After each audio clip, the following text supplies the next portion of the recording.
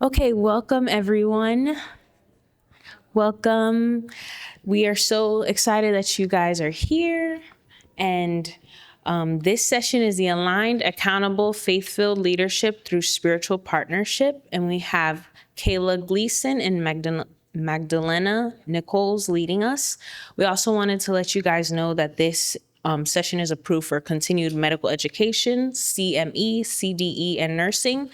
And we're going to be stopping 5 minutes before the end of the session for you guys to fill out the survey. And Miss Jessie Thomas said that if you love CCHF, fill out the survey. So please do that. And yeah, so we're so excited to have you guys. Thank you. Thank you so much. So my name is Magdalena Nichols. So you already see the screen has my name and my credentials. One of my credentials that is missing is COG, which stands for Child of God, like all of you guys. And so that's just a little bit about myself. I am from Buffalo, New York. I have 4 lovely little people at home and an amazing husband, and I'm blessed to be here working right alongside my accountability partner in Kayla Gleason. I'm going to turn it over to her. Thank you. Welcome, everybody. My name is Kayla Gleason. I have 2 little people at home. I also have a husband that I love. I'm also a child of God. We are so glad that you are here. We have had the pleasure of working together for a while, and my life would be exponentially different if we did not. So that's the story we're going to tell you today. Awesome. So I will open us up in a prayer, and then Kayla and I will jump right in.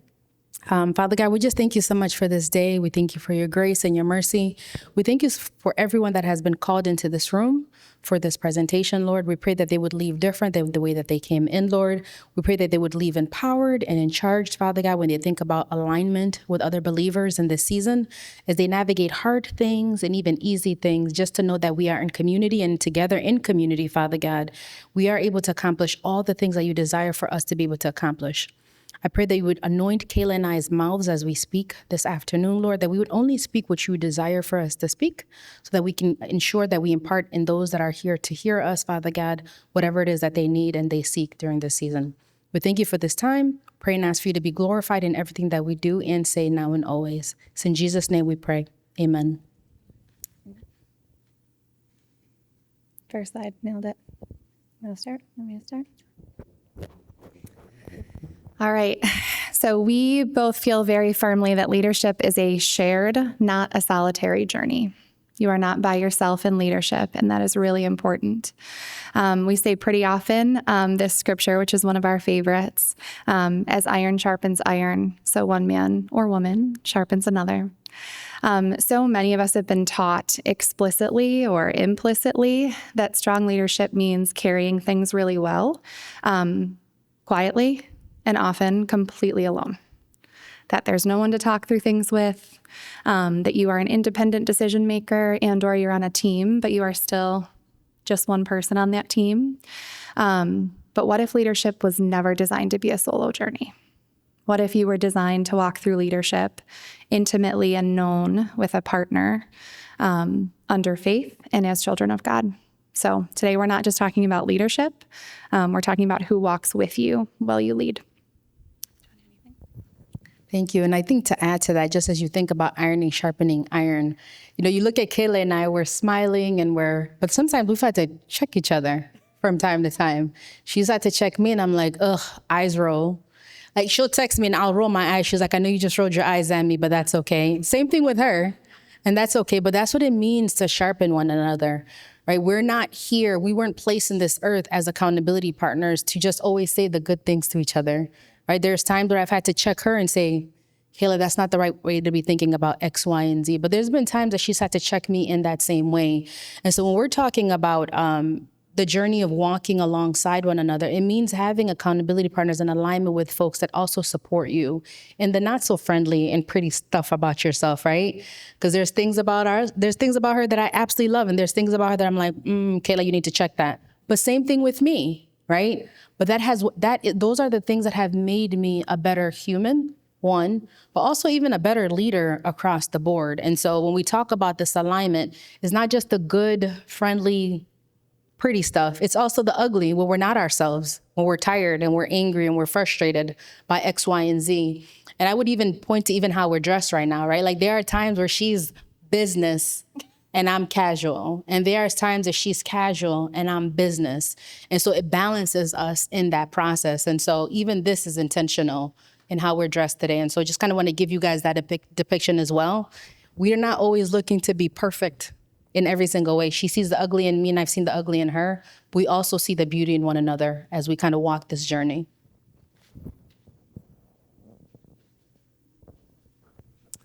Moment of self-reflection. Where have you felt most alone in leadership? Think about a recent moment in leadership that felt heavy. Did you process that alone? Did you process that with someone? What would have changed if you weren't alone? We'll give you a second.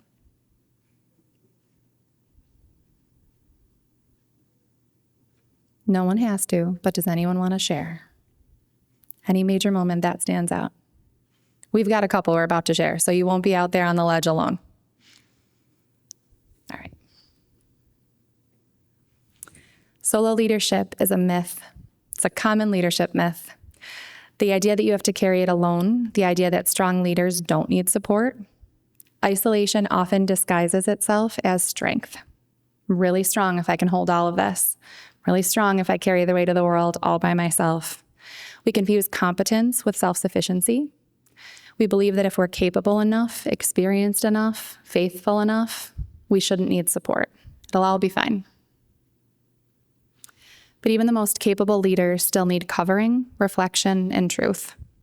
There was a season where I was making a lot of decisions daily, but I had no one to ask me why I was making them. Why? Why are we doing that? What's behind that? What's my motivation as an individual behind that decision? I wasn't failing out loud. I wasn't failing externally, but internally, hobbling along, exhausted, second-guessing everything. What is the leadership burden that you've normalized carrying alone? When I think about the solo leadership side, I think about when I started at Jericho Road 9 years ago. And I remembered vividly, Kayla and I were meeting, and she was going to be reporting to me in this season. And she was the HR manager at the time. And we were sitting in this conference room, and what you see now is not the version back then. She was timid, she was shy, she was quiet, she was unsure of herself. And I just remember the Lord showing me all the things in her, right? Just the things that were in her, the light that she had, the brilliance that she had that she did not fully see. And even in that moment, I remember, for me, I'd been used to kind of just doing things myself. I'm a soloist. I was stepping into this executive, I was the chief development officer when I started at Jericho Road. It was my first executive level position. I was the youngest person on this executive team, the only minority. And I just remember feeling like an imposter. And I'm like, I'm not going to let nobody see the weaknesses that I have. I got to do everything myself. And they got to see this perfect girl who's always in heels and pumps. What you're seeing now is not what you would have seen 9 years ago. You would have seen me in some heels on a hot day or whatever. So just always kind of being perfect. And I remember her at that time, even as timid as she was, she said, if you ever need a safe space, I'll be here. And I was like, what? Girl? Okay. And in my head, I was like, I'm used to doing this myself. I don't want her to see my insecurities and all the things that I have going on. But it was probably one of the first times in my life that I started to release that burden of having to be perfect all the time. And actually having somebody that I can start to release things to, that I can trust. That I can say, I'm a little frustrated by this.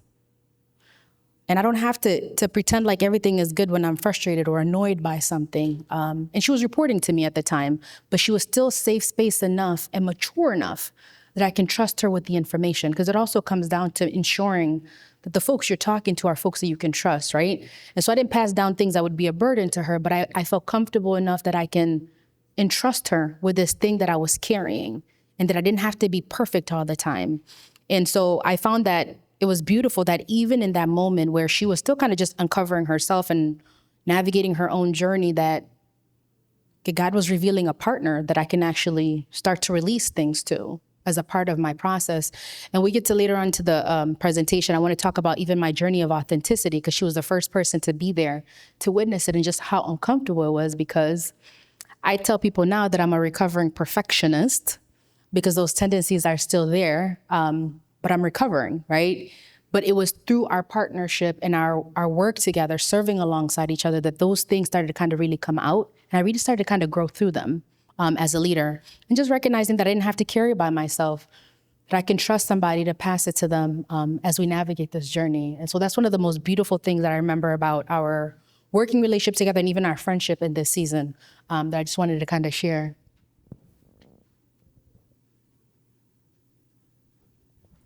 What are the risks of isolation? When you think that you can do it by yourself, when you're not talking it through with anyone, when you don't have an accountability partner. It's burnout, it's decision fatigue, especially if you are in a leadership role, especially if you are in a front office role, especially if you are in any role.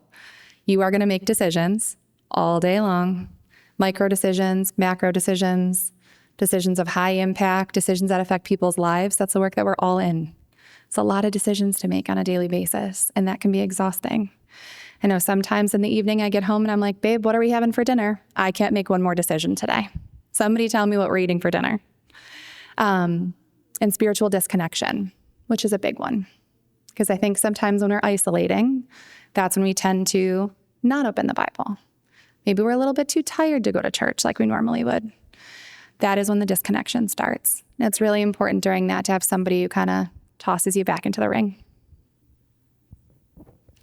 Kayla, when you think about it, give the group an example of risk of burnout that has happened for you and kind of how you navigated it. So I head for burnout going about 100 miles an hour, and I don't actually know until I've landed there. I don't know it's coming. I don't see it coming. I'm not good at pumping the brakes. I will hit the wall going 100 miles per hour, and I don't even know that I was headed for it. There have absolutely been seasons where, for a couple of reasons, either I was asked to do something that was really hard and really heavy, and I was trying to figure out how to hold it, or I was trying to hold it in my own strength. All by myself. I can do this. This is fine. There have also been times where I was headed for burnout because God was trying to tell me to do something and I was not listening. I don't want to know that yet. I don't want to do that yet. I'm not ready to do that yet. And when you think that you're navigating that by yourself, you're not talking that through with anybody, and you're not sharing that with anyone, and you think no one can tell, that's when the burnout happens. You get exhausted. Sleeping gets hard. Even if you can sleep, some of us sleep too much. Some of us sleep not at all. Some of us, it gets harder to eat. We don't drink our water. We don't take care of ourselves. We ignore all of the biological cues from our body. And then we get headaches, or it shows up, right? Because the body will not let you ignore it. Whatever we don't address on the daily basis, it's going to show up somewhere. And I've absolutely had those seasons. Has anybody else had those seasons? Raise your hand. Yes? We're like headed for it. We don't even know it's coming. And all of a sudden we're like, I'm there. We're here. We've done no preventative strategies. We've just arrived wholeheartedly 2 feet in and burnout. You're not alone. Anything on it? Yeah. I think for mine, I probably would tap into decision fatigue. So there were employees, and I won't name any, but there are just some employees that you can't meet with in the afternoon. I'm a morning person. So if it's somebody who requires a lot of energy, I got to meet with you in the morning. Because once it hits the afternoon, I know I'm going to check out. I can't make any more decisions. I remember talking to Kayla about it because like her and I, we could meet any time of the day because she's going to juice me up. I'm going to get off the phone or the video with her and Jonathan's going to be like, is everything okay? I was like, yeah, I was just talking to Kayla. We're good. All is well. But there are some folks that I just have to meet with in the morning. And so one of the recommendations she actually made to me is, schedule those folks in the morning. Something simple as that. Block your schedule starting at a certain time. What time do you get tired during the day, right? So that comes with accountability. She recognizes that once it hits like 3, I'm tired. My mind can't process anything else. I've been making decisions all day. So she just said, just block off your schedule starting 3. Don't schedule any more meetings. Maybe you just kind of use that for processing time. And so something as simple as that, because once it gets to the afternoon, I'm just that tired. And so I will schedule the folks that probably consume more energy in the mornings, and then the folks that don't require as much energy in the afternoon. But just something like that when you're making decisions kind of just really goes a long way. But it was something that we talked through because it's something that she recognized when we were just kind of processing together. I wanted to share that. Maggie also recognizes all my burnout signals when I'm headed towards the wall and I don't know. Maggie would be like, what have you eaten today? How you sleeping? She asked me this morning how I was sleeping. Not going to tell you what my answer was. Leadership is interdependent. It's not independent.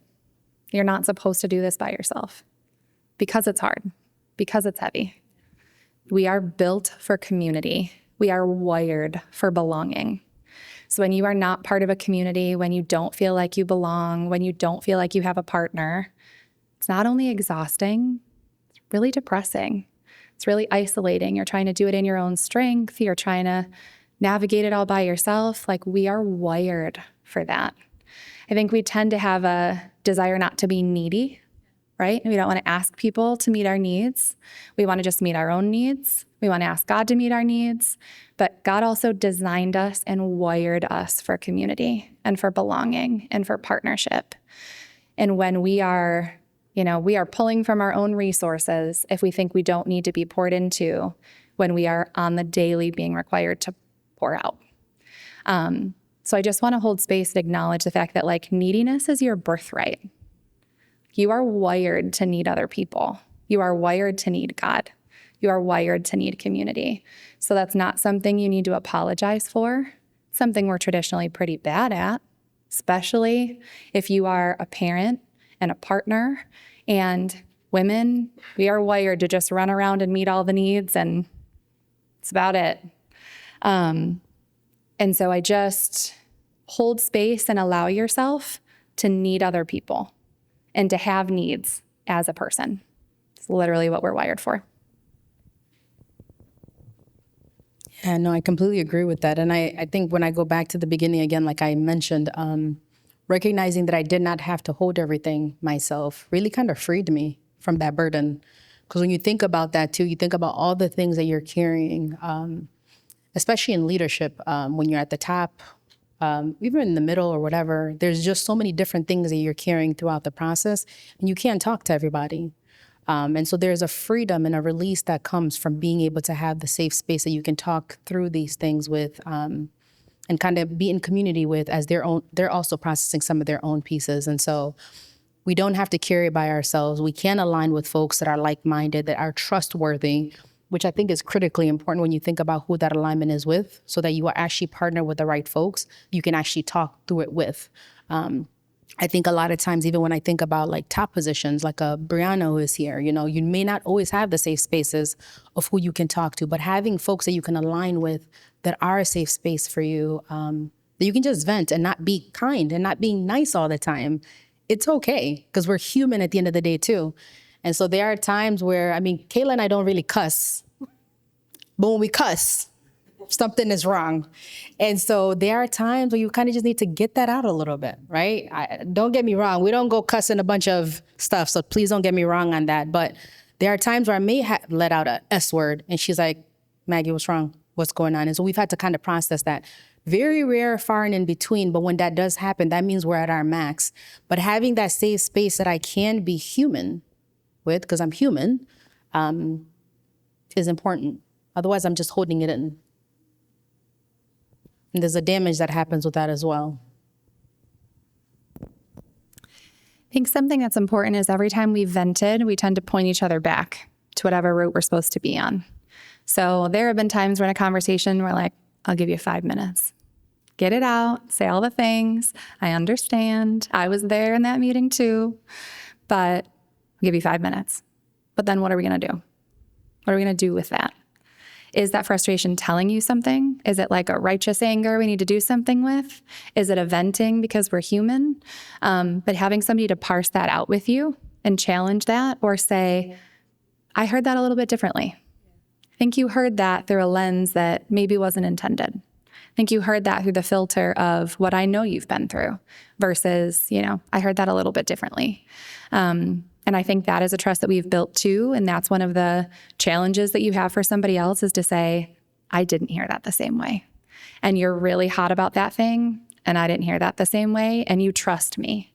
So let me say it back to you a different way. You can see if that sits a little bit different.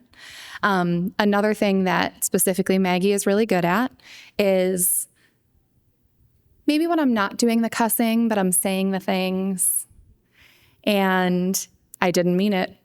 And she knows I didn't mean it. And Maggie will say, God, forgive her. God, she didn't mean it. She'll go, take that back. And I'll go, no, I won't. I won't take that back right now. I'm very mad. I meant what I said. And she's like, you didn't. You didn't, though.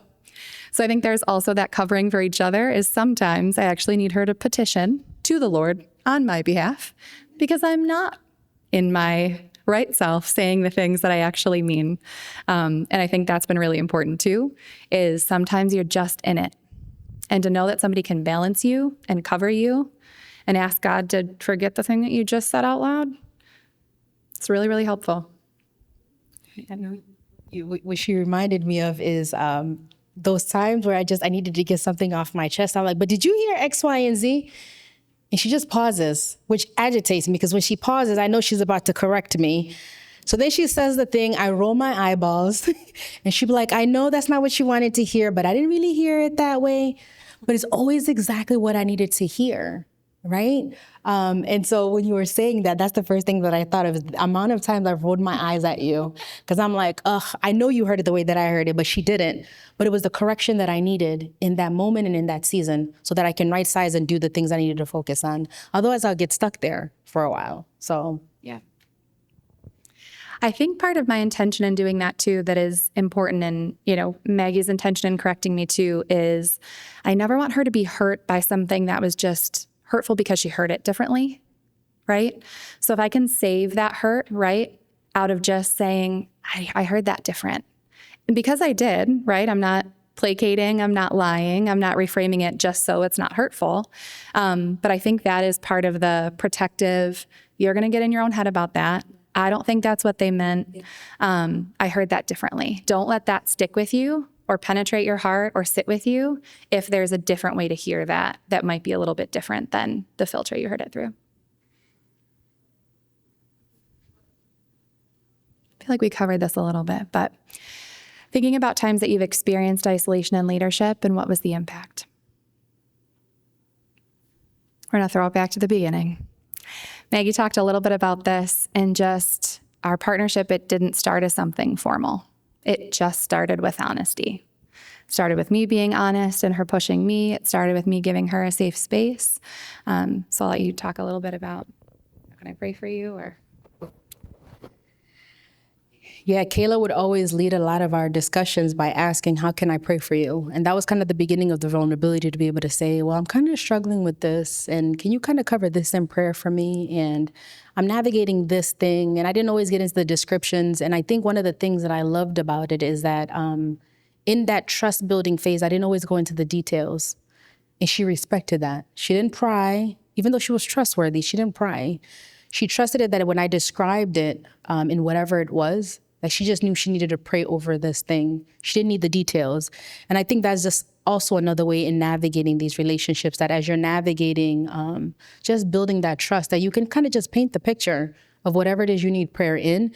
And over time, we began to develop trust. And so that I could express more and share more details with her as a part of the process. And so just her asking that question whenever we met opened up that door for me to be able to say, can you cover this in prayer too?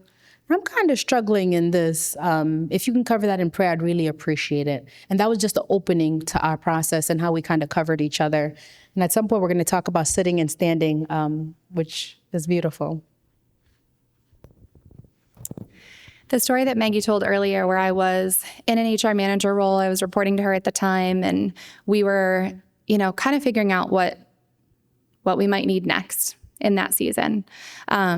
Getting ready to post for kind of an interim role. And I said, I'm not your girl. I'm not your end game. It's not me. She said, why isn't it you? Why not you? Because she saw it and I didn't. And I think sometimes that's a part of partnership too, is we don't always feel ready. And we surely don't always see ourselves clearly. So to have somebody that sees you clearly and can say, it's time for the next thing. I know you're nervous. I know you don't feel it yet. I know you don't feel ready, but it's time. It's time to head for the next thing. And you're not running away from something, you're running towards something else. And that's okay. I think the other story that I wanted to share was the beginning of my authentic journey. So I talked a little bit about perfection, right? That I'm a recovering perfectionist. And like, since the time I started at Jericho, I would always be in heels and I would be dressed a certain way and so forth, so on. And I remember really kind of stepping into this journey where I was really stepping into what authentic Magdalena looked like. And it meant really kind of peeling back some of the layers that I didn't want people to see. The things that were not perfect, right? When I didn't make the best decision possible, when I made a mistake in leadership, when I fell short and I had to admit that I fell short on this X, Y, and Z, or I had to do this thing.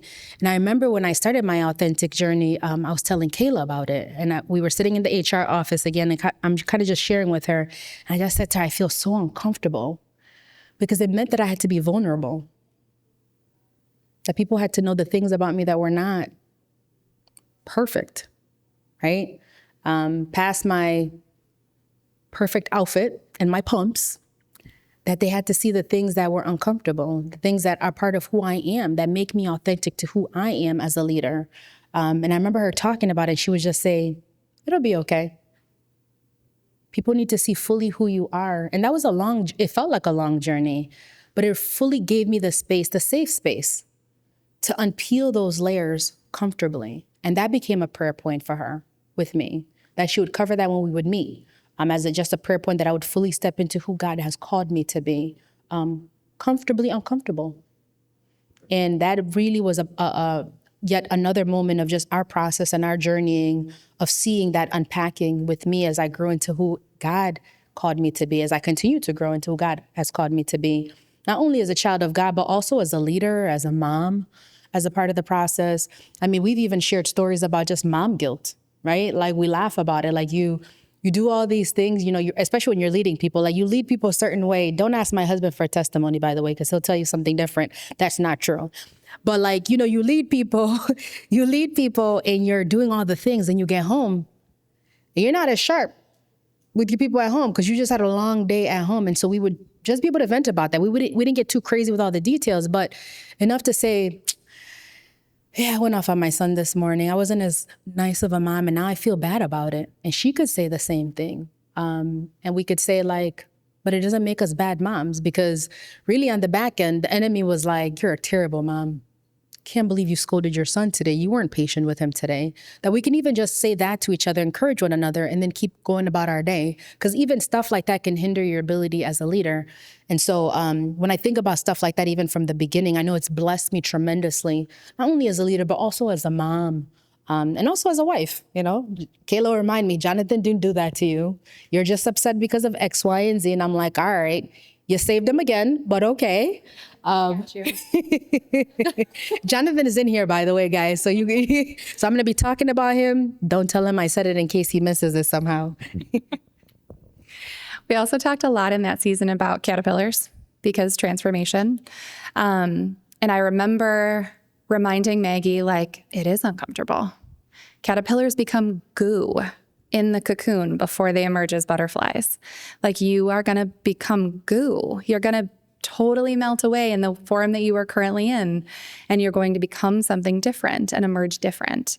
And I remember knowing that and feeling that way and talking through that, but also the entire time, like, I knew what she would look like as a butterfly.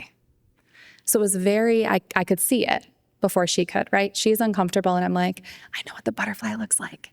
Like, it's worth it. Just do it. Like, allow the transformation to happen. That is a vision that she's had for me in seasons as well, is she can see the things before I do. And I think that's a really important thing too, is I didn't have to describe the butterfly to her. I didn't have to say, you're going to be a beautiful butterfly. I could just say, yeah, you're goo right now. That's okay. Because I could see the butterfly. And it was just part of the vision of getting her to the other side of it. And she's done the same for me, is knowing what the other side's going to look like and saying like, it's okay. The water's fine on the other side. You'll get to the other side.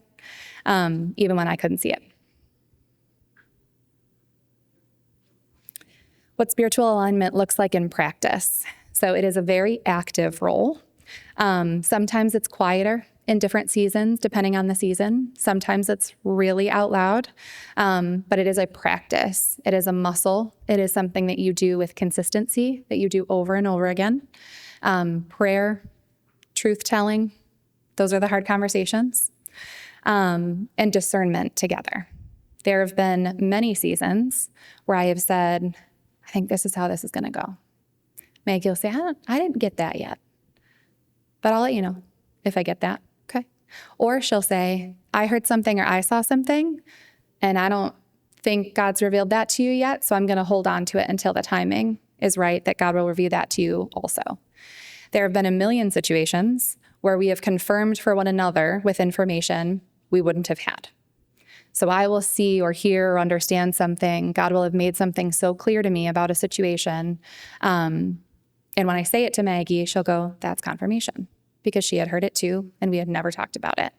I think the closer we got and the more rhythmic that happened, it started to happen more frequently, God knows that I need to be spoken to in repetition. I need to hear things about 75 to 80 times to believe that it is true from the Lord. But multiple times, God would use Maggie to do that and to say, we're going to say it again. We're going to hear it again. I saw that. That's confirmation. And I could trust that, right? In situations that are really hard, especially when you're tired and you're like, did God lie to me? Did I hear him right? Did I understand that correctly? You have another person to say, yeah, nope, I heard it too. That's okay. And that has been really, really helpful. And so we don't just check in on tasks. It's not just the busy work, even though it would be working together and we'd have an agenda. The practicality of that agenda was so much less important than the purposeful part of the agenda. And I think an important part of that too is there are times where we heard differently, right? She heard one thing, I heard something different. And so we respected each other to know that, okay, God told you this one thing, so you're going to walk in that direction, and God has told me this thing, and I'm going to walk in this direction. So knowing each other well enough from an alignment perspective to trust that God is doing his own thing, even with the both of us, and then our paths will be parallel, and at some point they'll cross or whatever the case may be. And there are times that later on I'm like, oh yeah, I'm seeing now where that was coming from because I'm seeing it now in this moment. And so it was also not dismissing each other just because we heard something different, right? I think when you build alignment with people too, you naturally have a love and care for them. And so sometimes you may hear things differently than they do, but you have to be able to respect where they are and where their relationship is with the Lord, so that when things do come together, it makes sense rather than just dismissing it. And so there was also this understanding that I'm going to trust whatever the Lord is telling you to do as a part of your process and your navigation. And she's going to trust what the Lord is telling me as a part of my process and my navigation. And it means that we were walking parallel pathways, but it was pathways that the Lord had us on based on what he needed to do through us.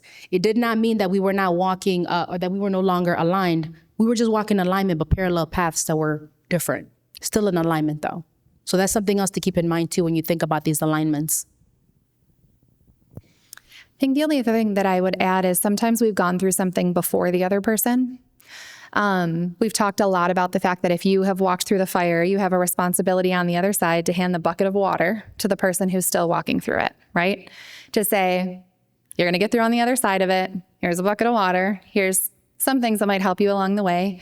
And we have both kind of alternated going through things before one another and being able to say on the other side of this, this is okay. I know you're scared. I know it's hard. This will be fine.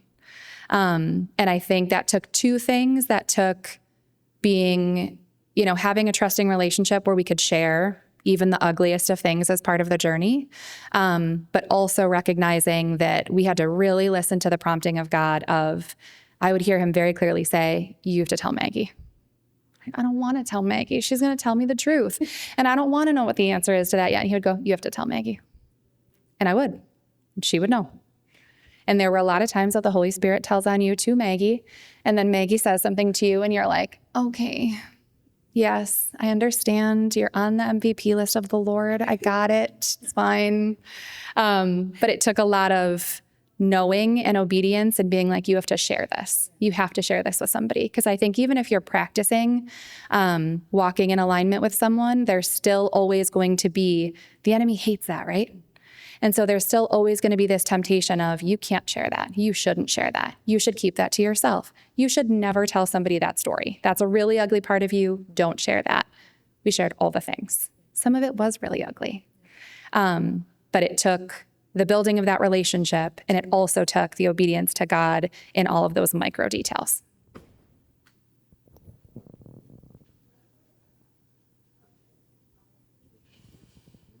Transformation happens in relationship. So I think I talked earlier about just kind of challenging one another, right? There are moments where we didn't see the best of each other, right? Or the best parts of each other. And we would push each other on the back end. Sometimes even publicly, but respectfully, of course, in a way that we always knew each other's hearts. So like if we were having an executive team meeting and, I don't know, Caleb talked about something that I didn't necessarily agree with, I can challenge her comfortably and respectfully, but she knew my heart to not take offense to it. Similar to her, if I was proposing something she didn't necessarily agree with it, she would ask and pose the questions, because that's the whole idea, right? Is that we're able to push each other and challenge one another, not just behind closed doors, but even publicly. I do believe that there is something beautiful about doing it publicly too, that opens the door for other people to also feel comfortable doing it in a healthy way. And for us, especially as women, you know, in a space that sometimes women don't always make room for each other, and or they can be argumentative with each other, that we can actually press each other very intentionally, both publicly and behind closed doors, in a way that was honoring and still respectful one another, that opened the door for open and good conversations across the board. I always loved when she challenged me in front of people, because it gave the space for other people to feel comfortable. Because I do think sometimes that folks feel uncomfortable around you for various reasons. And so her comfort level in being able to press me and ask me intentional questions, again, both privately and publicly, were all always good. And I knew her heart, so it never threw me off in any way. There have been aspects of the relationship where something might have been hard and we weren't ready to talk about it yet. That's where these macaroons come in. Is there have been many instances where we've said, I know you're not ready to talk about it, but I got you a coffee, or I got you a cookie, or I got you some snacks for the journey, or I brought this and I thought of you, or I got this book and I'm giving it to you, or here's this little note or message. So even if we weren't ready, we were still holding space. And that was something that I think was really, really helpful. We have done a lot of recruitment together at Jericho Road. We've been in a lot of interviews together. And we haven't always come to the same conclusion in who the right hire was. And that has always been, I think, maybe one of the common situations that we have really kind of batted something around and said, well, I felt this. And well, here's my analysis of, we're both very methodical, we're both very practical. But sometimes you would just have this gut, like, it's not them, or it is them. And being able to share that and trust one another. I mean, there are instances where I trust Maggie's gut more than I trust mine, right? And probably vice versa. So being able to challenge each other and have that, especially when you're making missional hires for an organization, like that is really important in who you're bringing in or how you're mentoring people, even when it comes to holding people accountable, is like, is this a thing I'm reading in a certain way? Do we need to have this conversation? How do I have this conversation? Having somebody to kind of bounce that off of that you trusted, and to say, I think that thing just offended you. Like, I don't know if that was actually the wrong thing, or if that is actually like a behavior that you're seeing. I think you're offended by that. Or we've had a lot of really good conversations about pride, about being offended. And I think that has also built up kind of a resilience in one another. It's been this armor that we've kind of held for each other to say, I'm going to help armor you against the pride. You're going to help armor me against the offense. And that has come from calling each other out to say, I think that's the pride peeking in, or I think you're offended by that, not X, Y, and Z. And I think that's been a really important part of our relationship as well, is that transformation. I mean, some of that has changed who I am as a person, right? I am like a walking bruise when I get offended. And there has absolutely been this shield of Maggie that says, like, I think you're just offended by that. And how can we hear that differently? And how can we move through that? Or how can you use that feedback, right? Maybe if I say it to you differently, or we've handed each other things to say, I didn't like the way that this felt or how this sounded. Can you say it to me different because you know how I hear things. And I think that's been really helpful too. Yeah, offense is a big one for me when I think about that one. So last year I did my presentation on criticism and leadership. And a lot of that had to do with just navigating criticism as a leader, right? When you're doing all the things, doing all the hard work, especially when you're working missional work like this, it's hard when you get criticism, period. Because you're like, I don't care that I'm flawed in this. I'm doing this thing. And I remember talking to Kayla a few times when I was offended, right? And it's not that what I was offended by was wrong. What I was offended by was justifiable. But the fact that I was offended was a root for me. And so she always called out the root.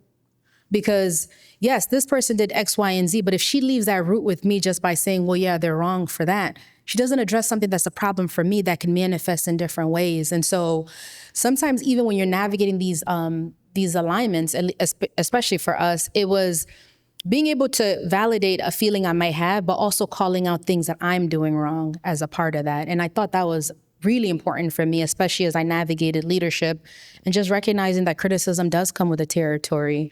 You can do all the things right, but somebody's always going to be able to find that thing that you're not doing that is not a big deal. I'm still working on that, guys.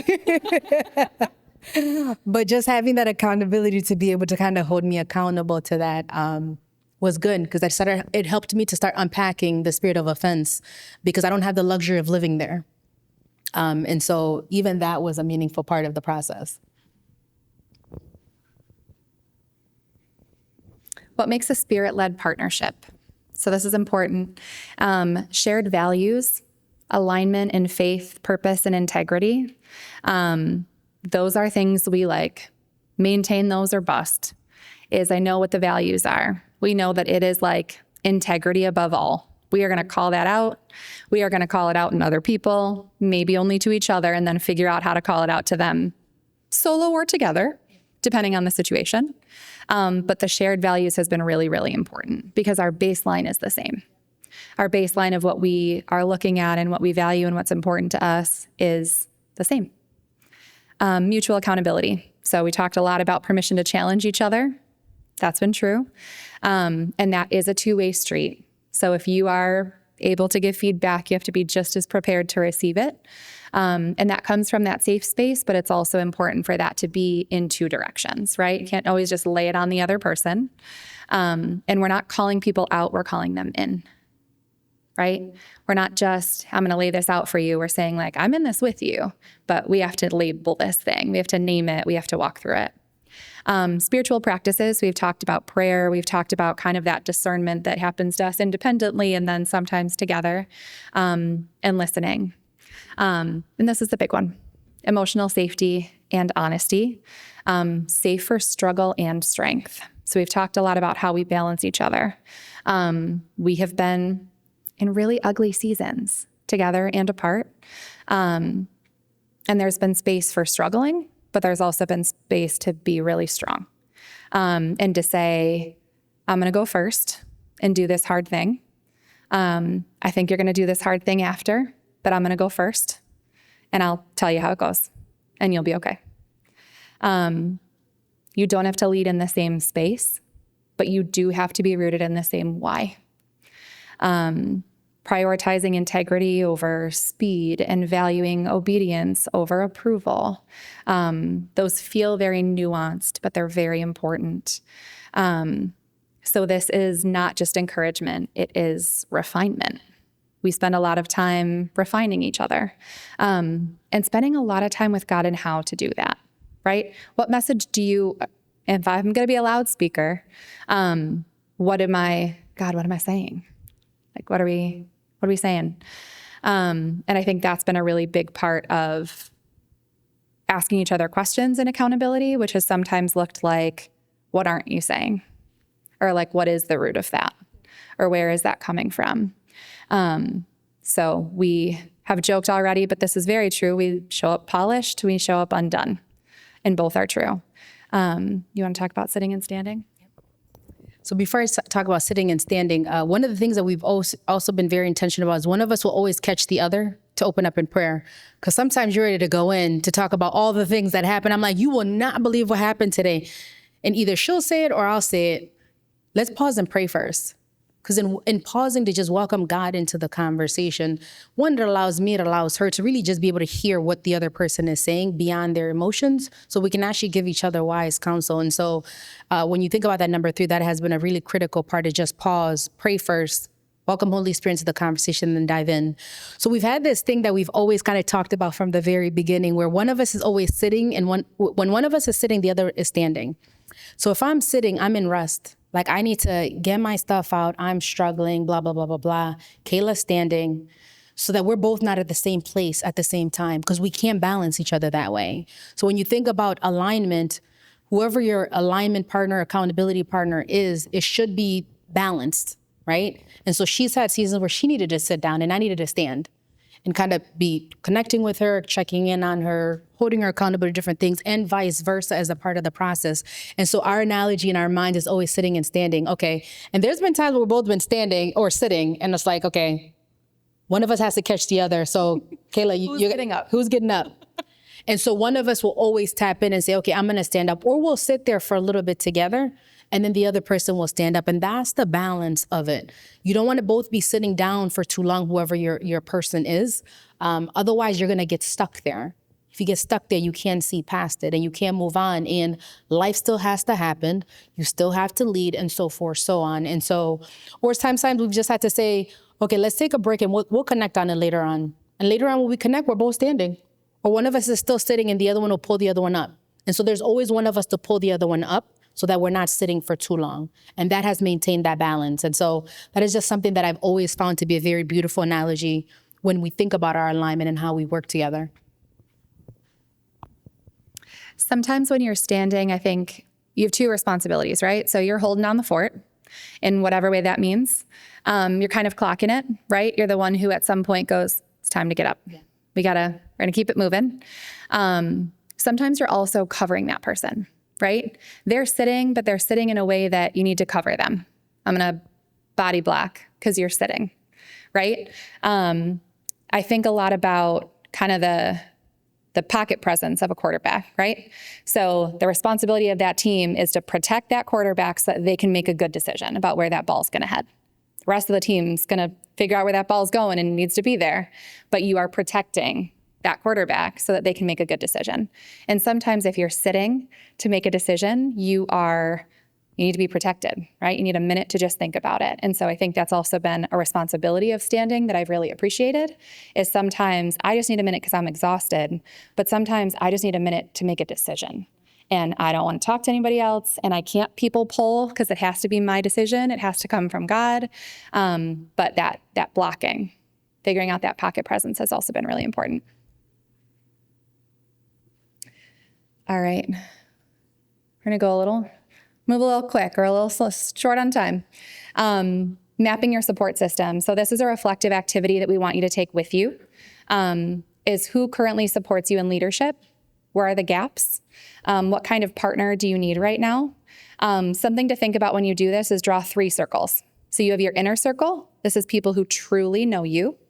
You have your middle circle, which is people you collaborate with, who are around that group, but you spend a lot of time collaborating with and working with, you maybe have good teamwork with. And then the outer circle is people you lead or influence. And so who's in your inner circle that truly know you, that can be safe, that can be accountable? Who's in your middle circle? People that you collaborate with, but maybe they don't know all the intimate details. And then the people that you lead or you influence. It's an important practice. Do you want to add anything to that before we were going to share? We don't have time to share. Share with yourself, share with a friend leader. All right, how do you ask a person? So I think we had a very informal, kind of natural, organic development. But we also know sometimes you need to just ask a person to say, hey, I've realized I don't want to lead alone. I'm having a hard time, or I need to talk through this solution. I respect the way that you handle things. Can you tell me how you did that? Or can you walk through this with me? And that is sometimes an intentional question you need to ask, especially in a work environment. Like sometimes this develops organically, but sometimes you need to make a concerted effort to ask somebody to walk through something with you. We don't want to discount that is sometimes true, that you need to say, I want somebody to come alongside me. I think you could be that person, and I would like to come alongside you. Do you want to add anything to that? Yeah, and then just setting up a time that works for you all, right? So regular support and whatever schedule works for you all is important. It doesn't always have to be in person. I think even doing just check-in phone calls or virtual something is an important way to kind of go about it. Yeah. It's just a sample check-in. So some standard questions we ask, what feels aligned, what feels off?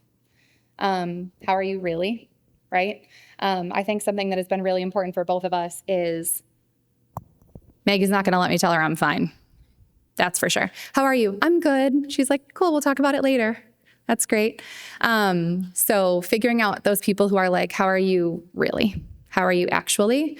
And the people who you set up that rhythm with where they know you well enough to be able to clock when you are not okay, but you are going to say that you are. And that might work for everybody else, but it really doesn't work with that person. Anything? Couple guardrails. So we talked a little bit about this being in two directions. That's important. So guardrails are kind of imbalance. So if one person is always pouring out and the other is always on the receiving end, and that's not going in two directions, that's not partnership. That is codependence. And so you do want to still be two independent individuals, and you want that to be a partnership that is true. I talk a lot, especially to my girls, because they're 10 and 15, that there are people that you are friends with and there are people you are friends to.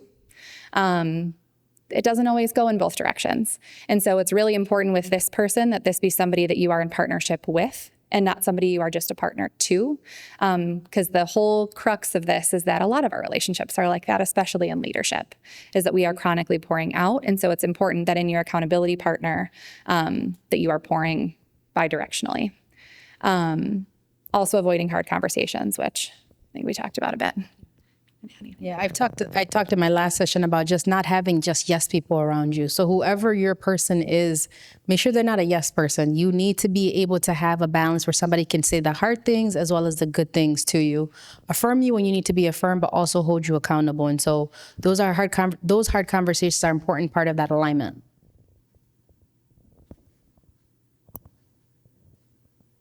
Who is someone you trust, not just with your success, but with your becoming? This is one of my favorite pictures of Maggie because she's so stinking happy in this picture. And she's wearing a shirt that says joy. This is like the essence of who Maggie is. Before the end of this week, a couple tasks for you, a couple key takeaways. Send a text. Who can you send that to? Who can you check in with? Or who can you ask to check in with you? Or who can you ask to be praying for you? There have been seasons where we would just say, pray for me about this. Can't get into the weeds and the details. Can you pray for this for me? Schedule one conversation. Go to coffee with someone.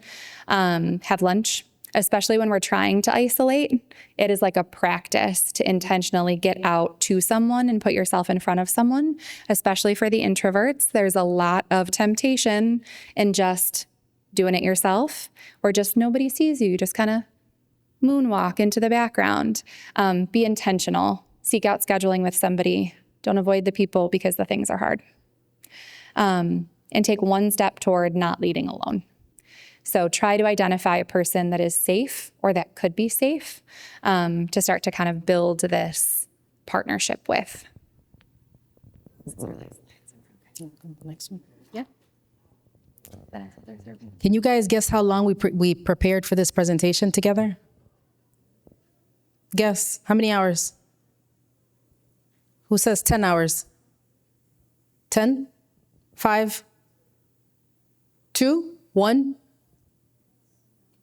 1 hour? 2? Who had 10?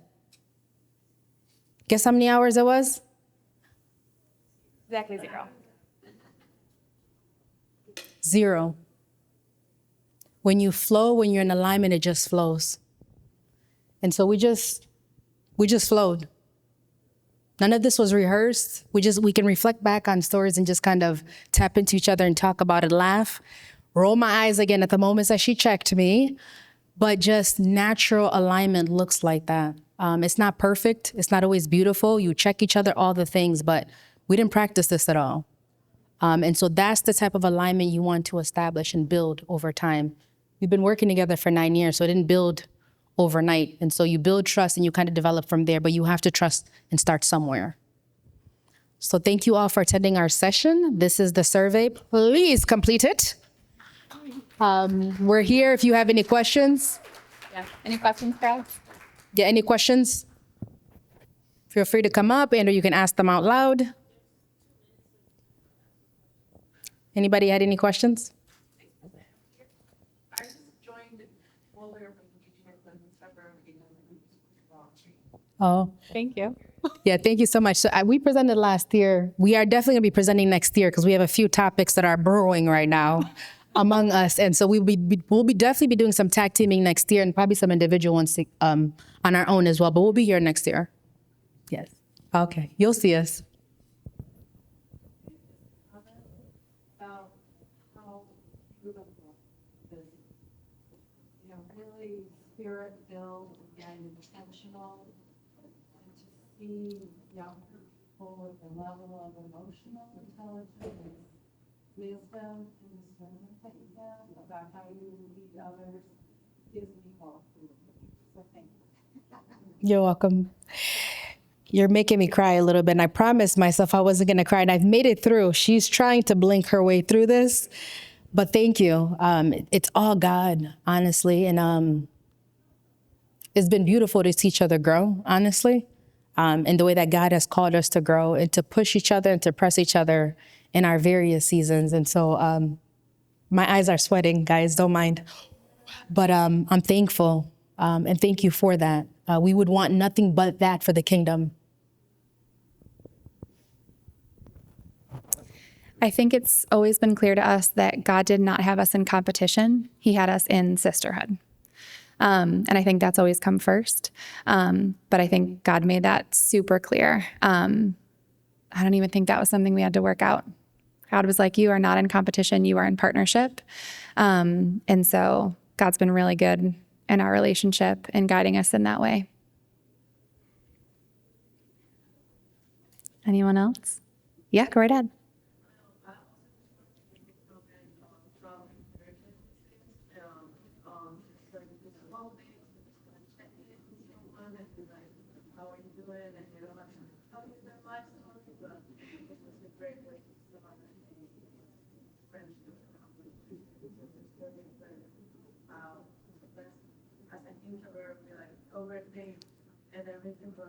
Yeah. Thank you. Yeah, you all deserve that. Yeah. We deserve to be in sisterhood. We deserve to be in partnership. We deserve to need other people. We are worthy of that. There is value in that. And so I think that's one of my biggest reminders, because that was hard for me to believe for a really long time, that I deserved a sister like that. But you do. And it's possible. And it's possible. Anyone else? All right. Fill out your survey. Have a great day. Enjoy the rest of the conference.